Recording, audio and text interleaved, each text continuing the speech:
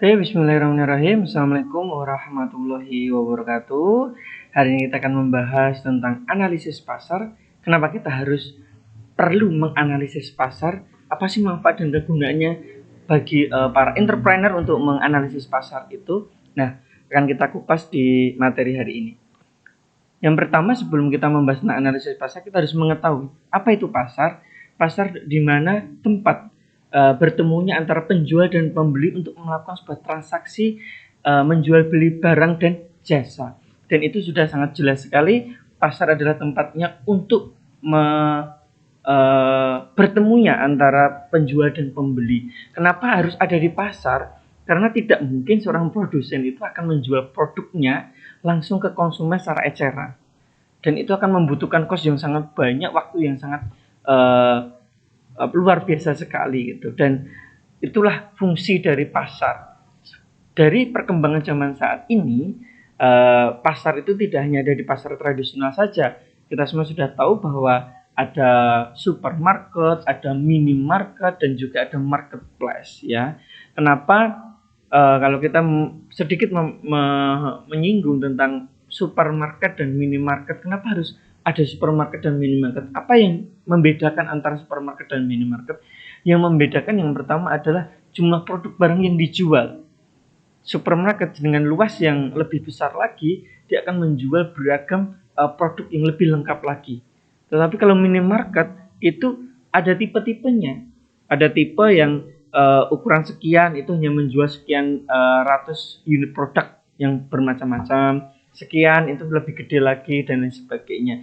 Kita bisa melihat di beberapa satu brand minimarket itu ada yang tidak menjual buah di situ, ada yang menjual buah, ada yang menjual buah dan juga makanan siap saji di situ. Nah, itu yang membedakan.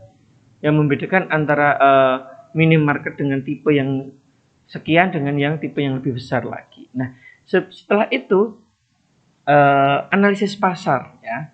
Analisis pasar di mana sebuah kegiatan untuk menganalisis, menyelenggarakan untuk mempelajari berbagai masalah tentang keadaan pasar. Sebelum kita melangkah untuk membuka usaha, kita harus tahu itu bagaimana kondisi pasar kita. Apakah pesaing kita sudah banyak ada di situ? Varian apa yang akan kita berikan kepada konsumen di saat kita itu menjual produk yang sama dengan produsen-produsen yang lainnya. Terus kita bisa melihat demografi kita seperti apa, kita bisa melihat kondisi pasar saat itu seperti apa, minat konsumen terhadap produk kita seperti apa. Itulah fungsi untuk menganalisis pasar itu sendiri. Nah, faktor-faktor yang menunjang terjadinya pasar. Yang pertama adalah sebuah keinginan, kecenderungan konsumen untuk memenuhi sebuah kebutuhan ya. Jadi adanya pasar ini semua konsumen telah memenuhi kebutuhan mereka masing-masing. Dia punya keinginan, setiap konsumen memiliki keinginan. Saya memiliki keinginan untuk memasak hari ini, berarti hal yang dilakukan oleh konsumen, dia akan ke pasar untuk membeli sayur mayur. Tapi di saat dia memenuhi kebutuhan untuk sandang ataupun fashion ya, dia akan ke mall untuk mencari produk itu atau ke pasar tradisional untuk mencari fashion tersebut yang sesuai dengan yang dia inginkan. Yang berikutnya adalah daya beli. Daya beli berarti kemampuan membayar untuk mendapatkan barang dan jasa yang dibutuhkan. Daya beli ini tergantung sesuai dengan kemampuan konsumen untuk memiliki suatu produk. Kemampuan dilihat dari sisi materialnya ya. Konsumen yang memiliki pendapatan yang lebih, dia juga akan memenuhi kebutuhannya sesuai dengan yang dia inginkan. Tetapi konsumen yang memiliki pendapatan yang mungkin sedang-sedang saja, dia juga akan memenuhi kebutuhan sesuai dengan apa yang dia butuhkan, karena melihat dari sektor pendapatan konsumen itu sendiri. Nah, yang berikutnya adalah tahap ketiga, faktor-faktornya yaitu tentang tingkah laku dalam pembelian. Nah, di sini dilihat adalah konsumen dalam memutuskan membeli sebuah produk ya. Jadi dari tingkah laku dan dalam pembelian di sini konsumen akan dilihat ya untuk memutuskan produk mana yang akan dia beli. Dari sini perilaku dipengaruhi oleh motivasi, kepribadian, konsep hidup dan gaya hidup. Ya, tidak semua konsumen itu memenuhi kebutuhannya, yaitu membeli fashion itu hanya sekedar di pasar tradisional atau di toko-toko fashion pada umumnya. Ada juga yang melihat kalau sudah dilihat dari gaya hidup, mereka akan lebih memilih ke brandnya, ya, memilih ke brandnya. Dia akan membeli ke mall ataupun suatu butik yang benar-benar menjual produk itu yang benar-benar dilihat dari brandnya itu. Nah, jadi daya beli atau tingkah laku pembeli itu dilihat dari gaya hidupnya masyarakat, kepribadiannya, motivasinya. Apakah masyarakat itu sederhana atau masyarakat itu gaya hidupnya mewah atau masyarakat itu yang biasa saja. Nah, dari analisis itulah kita akan melihat produk yang kita jual itu akan menjurus ke sasaran yang mana. Apakah kita akan menjurus ke seluruh kalangan masyarakat produk yang kita jual? Apakah kita hanya akan menjual di kalangan kelas menengah ke atas, ataupun yang kelas menengah ke bawah, ataupun yang sedang-sedang saja? Itulah fungsi dari menganalisis pasar. Makanya ada kalangan pasar kelas atas, dalam arti produk itu memang benar-benar dibeli oleh orang-orang yang gaya hidupnya tinggi. Ya, dia membidik orang-orang yang seperti itu. Makanya ada produk yang benar-benar branded, yang bisa dibeli atau oleh orang-orang dengan gaya hidup yang tinggi. Gaya hidup yang tinggi tidak dilihat dari kemampuan untuk membeli ya, ataupun pendapatan, tetapi orang yang pendapatannya biasa saja pun kalau memang gaya hidupnya tinggi, dia akan membeli produk tersebut. Ya. Dan analisis pasar ini kita bisa melihat apakah bidikan-bidikan dari pengusaha itu di sektor yang apa. Kalian memiliki usaha kamu di sektor apa? Kalau kalian ingin membuka usaha peluang bisnis di sektor makanan dan minuman, yang kamu bidik di mana? Apakah seluruh kalangan masyarakat yang bisa terjangkau atau yang kelas menengah ke atas? Ya kan? Makanya kalau ada resto ataupun warung makan, itu kan yang membedakan. Orang-orang yang makan di resto mesti mindsetnya sudah melihat bahwa itu kalangan menengah ke atas. Biasanya satu piring makanan itu bisa terjangkau 10.000, di situ mungkin lebih dari itu. Nah, jadi kalian fungsi dari menganalisis pasar itu di situ. Target pasar kamu di mana untuk menjual produk kamu?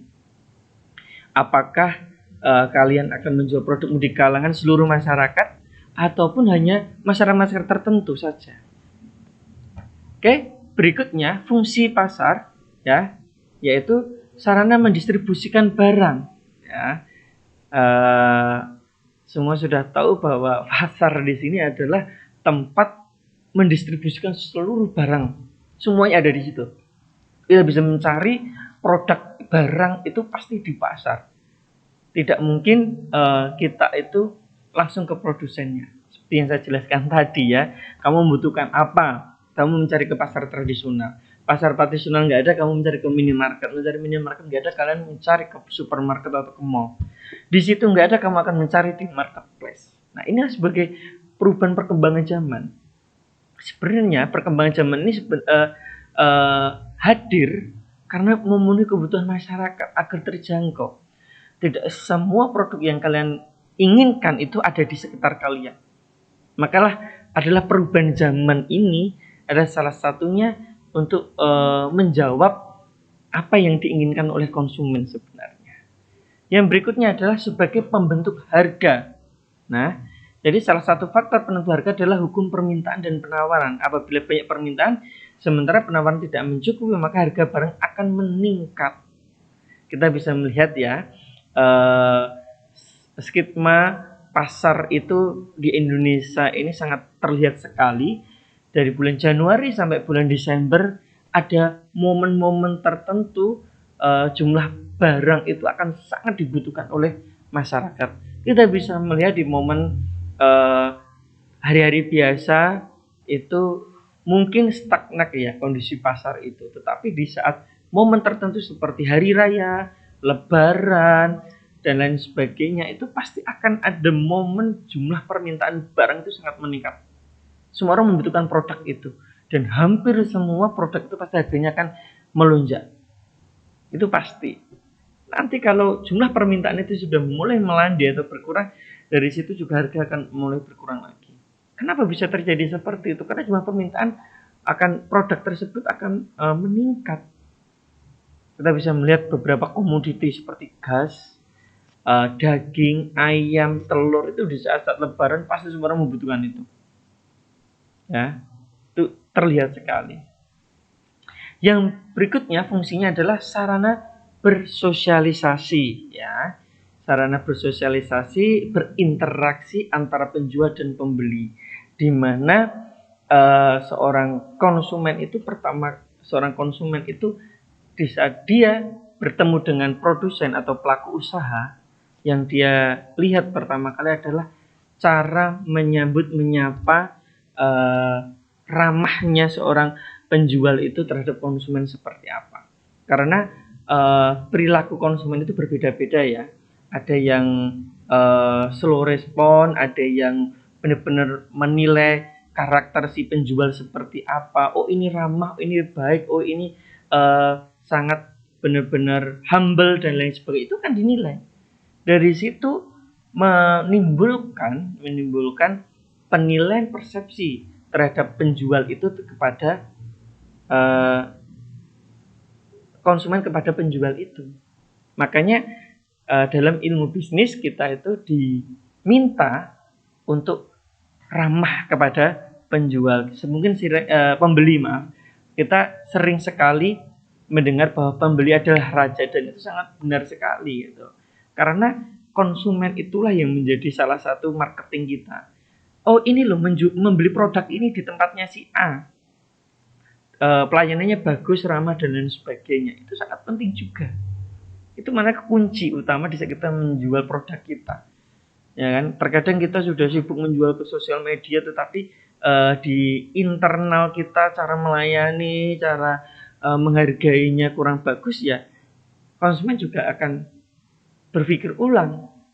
Itu karena yang menjual produk itu tidak hanya 1-2 orang saja. Itu yang perlu kita ketahui. Makanya pasar adalah sebagai sarana bersosialisasi antara si penjual dan pembeli. Pasti nanti ada keakraban mereka, untuk bahkan malah mereka nanti akan ikut mempromosikan, itu pasti ada. Ya, itu sangat pentingnya seorang pelaku usaha itu untuk bersikap ramah dan humble kepada konsumennya. Itu ya. Nah, berikutnya yaitu adalah tujuannya apa toh untuk menganalisis pasar. Nah, kita bisa melihat ada beberapa tujuan, ya. Ada 6 tujuan untuk menganalisis pasar. Yang pertama yaitu pentingnya untuk memahami konsumen. Apa yang dibutuhkan oleh konsumen itu? Apa yang diinginkan oleh konsumen? Apakah konsumen sudah mulai mengenal produk tersebut? Apakah konsumen sudah mulai mencoba membeli produk tersebut? Kita bisa melihat banyak sekali di mana-mana itu orang menjual minuman yang kekinian.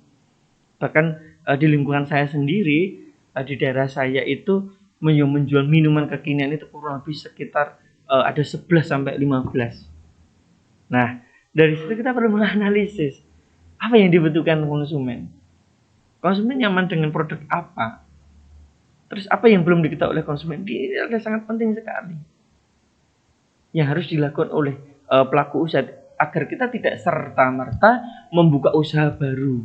Kita sudah modal banyak, kita hanya membuka usaha baru, ternyata konsumen tidak begitu berminat dengan produk kita, dengan apa yang kita jual. Ya, mungkin awal-awal 1-2 orang banyak yang berminat karena apa? Karena menguji coba produk yang dijualnya bagaimana sih. Oh ternyata biasa saja, ternyata gini. Itu yang biasanya terjadi seperti itu. Makanya perlunya analisis pasar itu di situ. Yang berikutnya mengetahui tentang pesaing dan bagaimana cara memperlakukan pasar. Nah, tujuan kita yang kedua untuk menganalisis pasar adalah kita harus tahu pesaing kita. Apa yang dijual oleh pesaing kita, pelayanannya seperti apa, harga jualnya berapa, dan itu sangat penting. Makanya kita harus menjadi pembeda di saat kita itu mulai menjual pasar. Makanya mungkin kalian pernah melihat, kalau saya mencontohkan seperti minuman kekinian, dulu orang hanya sekedar menjual minuman bermacam-macam A, B, C, D gitu ya. Tetapi sekarang ada variannya seperti itu sepertinya salah satu analisa yang dilakukan oleh pelaku usaha biar tidak monoton untuk menyajikan produknya kepada konsumen. Yang ketiga, menentukan cara apa yang menguji produk sebelum diluncurkan. Nah, hal yang pertama kali dilakukan oleh pelaku usaha di saat kita sudah menganalisis, kita sudah memutuskan untuk menjalankan bisnis apa, makanya mereka harus melakukan sebuah uji coba produk itu sebelum diluncurkan. Kira-kira masyarakat seperti apa sih tanggapannya dengan produk kita? Makanya kalian jangan pernah, mungkin kalian sering ataupun belum pernah melihat ya, bahwa ada beberapa produk itu yang terbaru itu selalu dibawa ke pasar untuk diuji cobakan. Mulai dari produk minuman seperti kopi, teh itu mesti selalu dari produsen ke marketingnya itu untuk menguji coba produk ini. Gimana kira-kira masyarakat tanggapan dengan teh baru ini? Bagaimana masyarakat tanggapannya dengan produk kopi baru ini? Kalau mereka menganggapnya oh enak, oh tidak, ini bagian dari analisis sebenarnya. Bukan untuk promosi tapi menganalisis, oh ternyata enak. Kalau enak, mau nggak membeli produk ini? Nanti satu packnya itu akan mendapatkan bonus gelas atau piring atau mangkok atau apa, biasanya seperti itu. Nah, itu sebagai tempat untuk menunjang. Di sisi lain dia untuk mempromosikan produknya, di sisi lain dia juga memberikan diskon promosinya, di sisi lain dia juga menganalisis pasar dengan produk baru yang dihasilkan oleh si produsen tersebut. Yang berikutnya, meluncurkan tren membantu melacak tren yang muncul. Fungsi dari tujuan dan fungsi dari menganalisis pasar itu salah satunya apa sih yang lagi ngetren saat ini. Tapi bukan berarti yang ngetren itu akan abadi. Yang perlu kita ketahui sebagai pendatang baru, sebagai seorang pengusaha, kita jangan pernah ikut-ikutan, hanya sekedar ikut-ikutan tren. Tetapi kita juga harus menganalisis. Kalau dulu tren banyak orang membuka, kalau di daerah sini itu membuka trennya itu membuka angkringan modern, semuanya membuka angkringan modern. Tapi kita bisa menganalisis itu bertahan berapa lama. Habis itu langsung tempat kopi yang modern di berbagai macam tempat, banyak sekali tempat kopi-kopi. Tetapi kita bisa menganalisis dia bisa bertahan sampai kapan. Nah, yang menyebabkan mereka itu pelaku-pelaku usaha itu tidak bisa berjalan lama karena tidak melakukan analisis tadi, hanya sekedar mengikuti tren. Jadi di saat kita melihat tren yang muncul saat itu, kita harus menganalisis ini bertahannya berapa lama, sudah ada berapa outlet tempat seperti itu.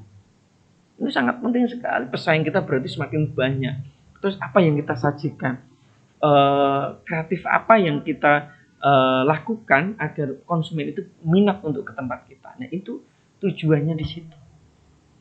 Yang berikutnya, memperkecil kemungkinan kegagalan. Nah, semua orang harus memahami ini agar kita itu tidak asal melangkah untuk menjalani bisnis, karena membuka usaha itu tidak mudah. Kita butuh effort yang lebih, modal, tenaga, dan juga tempat. Dari situ jangan sampai kita itu hanya sekedar buang-buang uang gitu. Biar benar-benar melihat. Nah, ini fungsinya kita itu belajar entrepreneur itu di situ. Karena banyak sekali pelaku-pelaku usaha selama ini yang saya analisa itu mereka itu hanya sekedar membuka usaha saja. Mungkin karena bingung mau usaha apa, ya udah senangnya ini buka ini, pengennya ini buka ini. Tetapi dia tidak pernah menganalisa pasar itu seperti apa. Yang berikutnya ya, tujuan menganalisis pasar yaitu membantu berkembangnya bisnis. Di saat kita itu mulai membangun usaha, jangan lupa kita menganalisis pasar.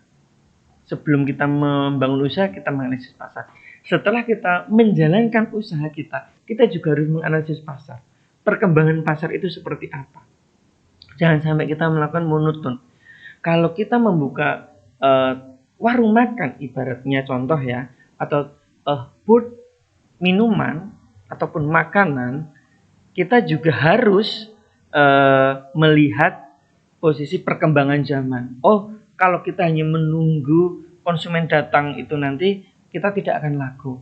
Kita juga harus bergabung di salah satu aplikasi yang lagi ngetren saat ini. Nah, ini kita harus menganalisis juga mengikuti perkembangan zaman. Itu salah satu bentuk agar kita bisa bertahan, bisnis kita itu bisa bertahan dengan lama dan tidak tergerus oleh zaman. Itu ya untuk materi di analisis pasar saat ini. Kita akan lanjutkan di materi tentang analisis pasar di berikutnya.